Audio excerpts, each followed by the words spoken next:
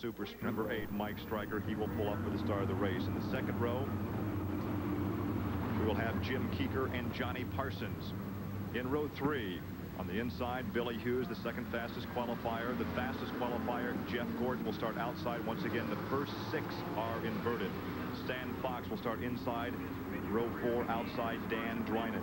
In the 5th row, on the inside, Mike Fedorchak in another of the Munchkins, and Brett Poole outside in 9P. The 6th row, Bob Ciccone and Barry Reed. We understand that Barry Reed now has been scratched, so everyone will move up 1 position in the outside.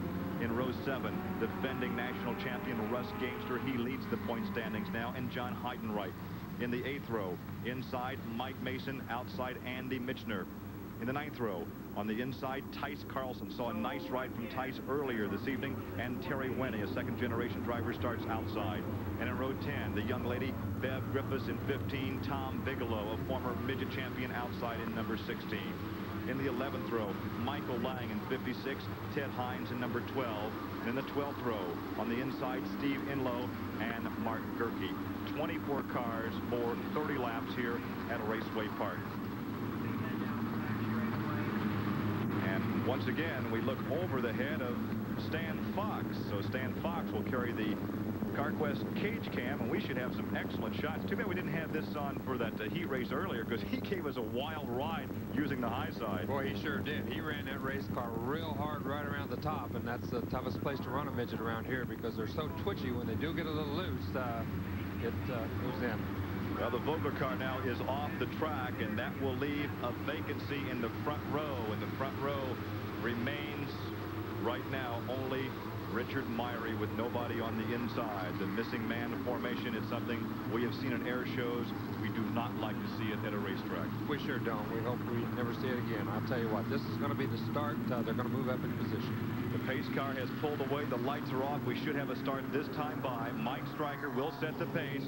The track record held by Gary Bettenhausen at 12 minutes 1 and 63 seconds. Look at that, set back in 1977. Let's hope we could go 30 straight laps and set a new track record here this evening. What looks to be a good start. Look at that scramble for position. 3 wide into turn 1. Yes, I'll tell you what, Mike Stryker got a real good start. Richard Myrie did not get a good start at all. So consequently, Mike Stryker got a big jump and out in the lead real quick. But look at Johnny Parsons go to the inside, go by Jim Keeker, a pair of yellow cars. Parsons in the 20 car, Keeker in 6. That's right. Parsons did a real good job. He started in 4th. Here's Fox back in the pack a little bit. This is an excellent shot. Look at the race cars move around. See how twitchy those race cars are? I'll tell you what, when you're running that close to somebody and it's moving around like that, it's got to give you a thrill. Well, of course, this is a very short wheelbase race car, so it does tend to be a little more twitchy than, say, a sprint car or even a big Champ Dirt car. To me, the midgets are the toughest thing to run at a racetrack this size because they are such a short wheelbase. They want to move around a lot more. They correct a lot quicker, but they move a lot more, too, and it's very, very difficult to keep them in a straight line without moving around. Mike Stryker out of Findlay, Ohio, continues to lead. That is a Beast chassis with a Gertie power plant. That was one of the first Beasts ever built, and I think that may have been the first Gertie Beast combination. Mike has won a USAC midget race in the past, always very fast in qualifying, but he has a guy right behind him that certainly knows his way around this racetrack. That is Johnny Parsons. Johnny in the past has finished runner-up in the midget division. Has also been a runner-up in the Silver Crown division, but Johnny's still looking for his first national championship. And look at the Munchkin. The Munchkin is going real good. I'll tell you what, for a Volkswagen, everybody talks about the Volkswagen not having as much horsepower, and it doesn't, but boy, oh boy, is that thing working good today.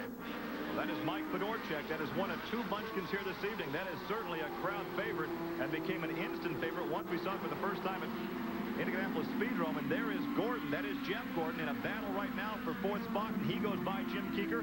Gordon in the Delta Faucet's Diet Pepsi car has now moved to 4th position. Man, did you see that? That's when Fedorchak went around Mike Stryker. He moved up just a little bit. Mike got a little bit nervous, jerked the car, and really wiggled coming off of 4 and let Fedorchak go. Well, look at Gordon. Gordon is now up to 3rd. I'll tell you what, he's on the move. It's a lot tougher when you're running with cars that are running this fast to get around him. But he's moved up from that 6th spot pretty quickly. He's up to 3rd spot already, and he's working real hard on Mike Stryker right now. Oh, well, he applies the pressure, looks to the inside, may have the pass made as he goes into the first turn. Once again, 13-degree banking here at Raceway Park. He has the pass, and Gordon is up to 2nd. He made that look so easy. I'll tell you what, it didn't look like he even had to work to go around that guy, and I know it's hard to go around a guy running that fast. We saw a look at Fox. We go back to the working. The engine is laid over in this thing, especially for the payment, like you said. But they've made it work everywhere. I think between the whole crew, they have really got their act together. They know how to set the car up, and he obviously knows how to drive it. Well, I don't know if there's a problem with the Munchkin, but Stan Fox is really closing in.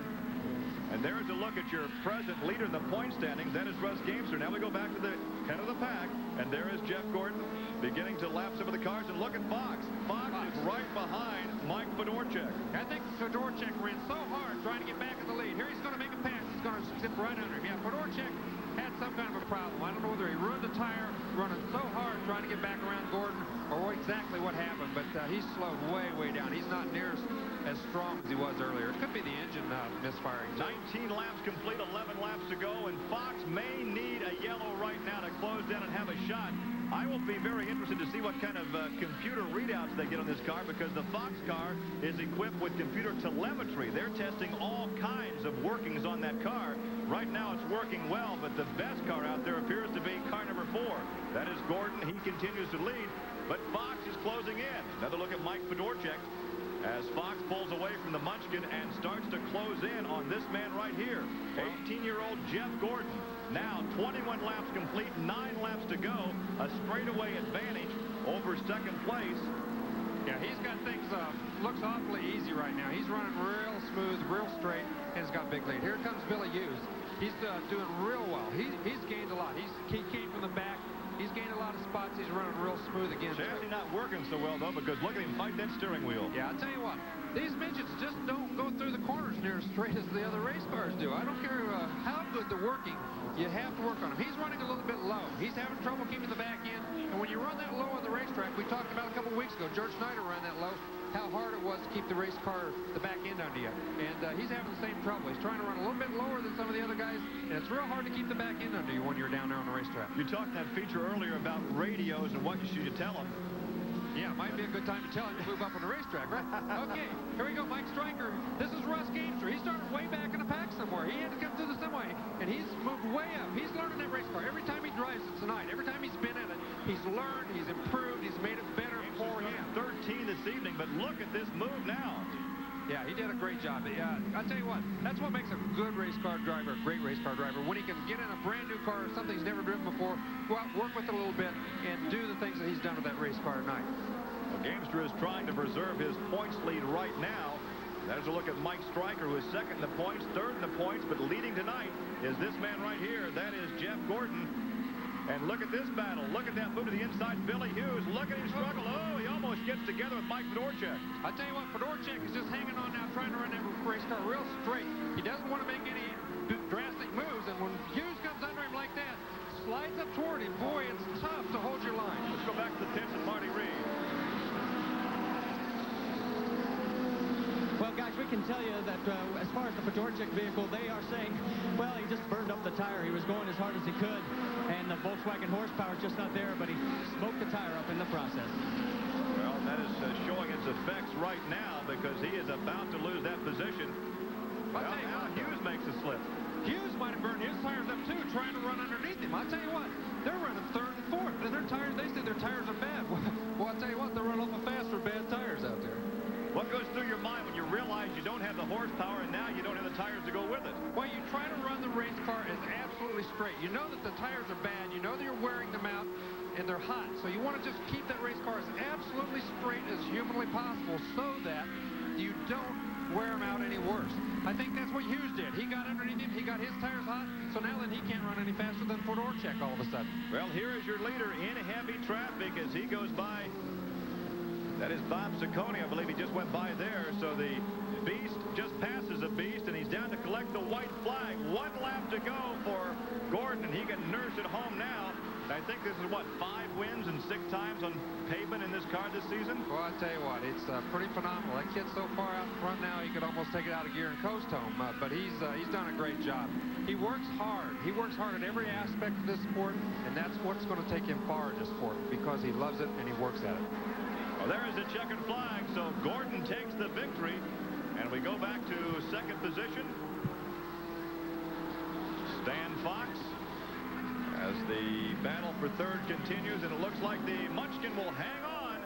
Fedorchak takes third. Billy Hughes will take fourth position.